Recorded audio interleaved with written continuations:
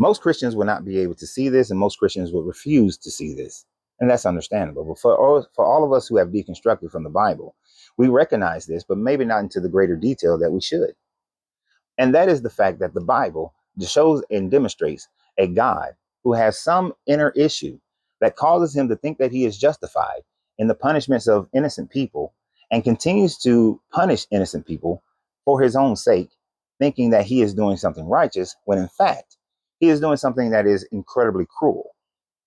What do I mean by this? If you were to take a psychological view of this God, get rid of all the mysticism, get rid of all the authority that you think that this God has, and think about this God in the sense of, if you were a psychologist, a psychiatrist, and you were dealing with someone who believes that in order to punish the people for whatever things you think are wrong, you go and punish the innocent in order to hurt those people that you think is wrong. Put this in the sense of, you have a situation where your spouse goes into a clinical trial.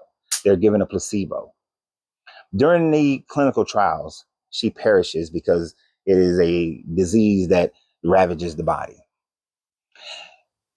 Once your wife has passed, your spouse has passed, you then go on a rampage to take away the spouses of all those who participated in the trial, the doctors, the nurses, the clinical research associates. You go on a rampage to give them the same amount of pain that you felt in order to justify that they're evil for giving your spouse the placebo.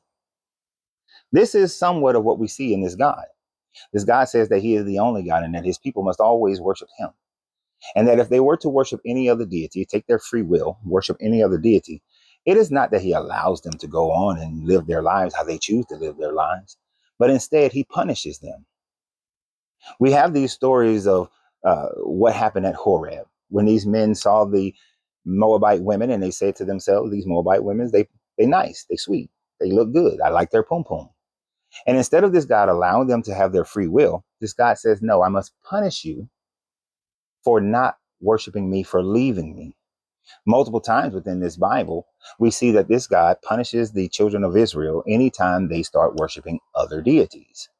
And even in this realm of Christianity, if you were to worship another God, if you were not to believe in Jesus, then you are forever punished in a lake of fire, tormented forever, because your name is not found in this book of life. Now, I want you to think about this for a second. According to this God, you have free will. But your free will is that you must obey him. You must worship him. You must follow his laws. You must understand that you have to love everyone and you have to believe in this Jesus. Without any proof, you should just have faith and believe. And if you don't, then your punishment is eternal hell. It doesn't matter if you are a great mother, a great father, if you're a great neighbor, a great community person. It doesn't matter if you're a great leader. It doesn't matter if you feed the poor, if you feed the homeless. It doesn't matter if you take care of the elderly. None of those things matter. The only sin, according to this, that matters is the ones that are against this particular God, which then takes away your ability to have free will. This God simply is punishing people, punishing the innocent because of his own pain, of his own desires to have everyone love and worship him. Through his own ego, his own narcissism, he desires and craves your love. And if you do not give it to him, you are found to be evil. You are found to be a reprobate mind. You are found to be someone who's deserving of being cast into a lake of fire for all eternity. That is not love. That is creating Stockholm syndrome in all the people that you claim that you love. When time and time and time again, you continue to punish those who walk away from you, who leave you, who don't want to dwell with you, who do not desire to love you. And you say to them that if you don't love me, I will punish you. If you don't love me, I will send a hurricane. If you don't love me, I will swallow you up in the earth. If you don't follow all my rules, which is a demonstration of that love. Remember, this Jesus said that the greatest commandment is to love God. Well, how do you love this God? When you look at the ways that this God says that demonstrates your love for him, it is to follow his commandments. That is the way to love this God. So if you are not following his commandments, if you are not doing exactly as he tells you to do, he is like a spouse that beats you, but claims that he loves you. Because when you don't, like in the story of the man in Jericho, he took some of the silver. So the man and his family, his servants, his animals were stoned to death, then burned, and then swallowed up by the earth. If you go and you start to love someone who is outside of your clan, then you are killed. You are murdered by the people who are following this God. If you are living peacefully in your society, yet this God has said that these lands belong to his children, he authorizes his children to come in and kill all the men, kill all the women, kill all the babies, kill all the animals. If you remember the story of Jericho, he said, let anything that has breath die. He then burned the city. And the same thing happened to the city of Ai. When Joshua was given the instructions to go into the so-called promised land and to take the land, those people there were living their lives peacefully, believing in whatever gods they had grown up to believe in. Yet, by the command of this God, because they did not worship him, it's not that the God sent a prophet in. It's not that the God sent a preacher in. No, simply because from a young boy to a grown man, you grew up a Canaanite. And because of that, according to this God, you deserve death. So Joshua and his men came in and they genocided the people that lived in the land, had been living in the land for generations. And they were authorized to genocide these people. And if they could not genocide them as the tribe of Manasseh could not, they were told to make them into slaves. And to all the surrounding nations of the 12 tribes, they were told to make them into slaves as well. This God demonstrates that it is irregardless of whether or not you have ever known of him, you have ever heard of him. If you do not believe in him, then you are evil.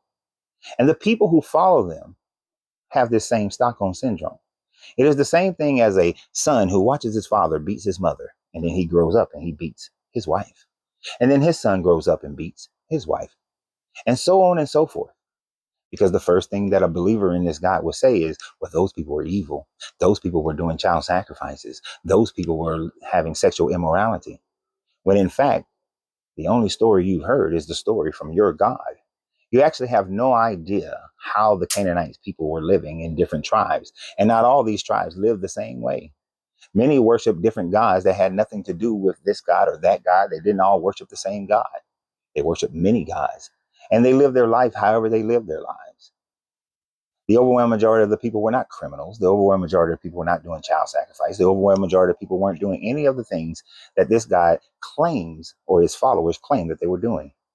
These are all things and stories that are only being told from a one-sided story. But this one-sided story shows that this God is going through some type of pain, has some type of pain, where he must have all love and all consideration. Anything outside of himself, whether you've heard of him or not, whether he sent you a prophet or not, whether he sent you a preacher or not, doesn't matter.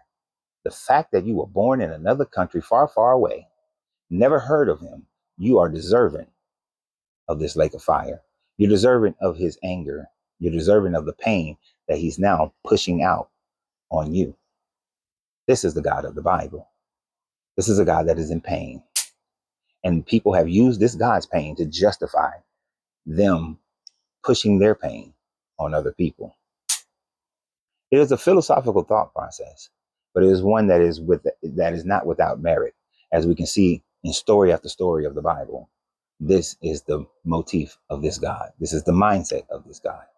This is why we deconstruct it from this God, because this God is not a personification of love, but is a personification of Stockholm syndrome, is a personification of an abuser. And for that, this God should never be worshiped, should never be emulated. And anyone who claims they hear the word of God, if you are not doing those evil things of genocide, you are not hearing the word of that God. You are hearing your inner morality that says that you are to take care of people, that you are not to genocide people, you are not to kill people, you are not to steal from people. That is your inner morality that you have gained from just being in societies, because every society in the world has thrived on having those types of morals. The moment you take those morals away, a society will collapse. It has nothing to do with your God. Think about it.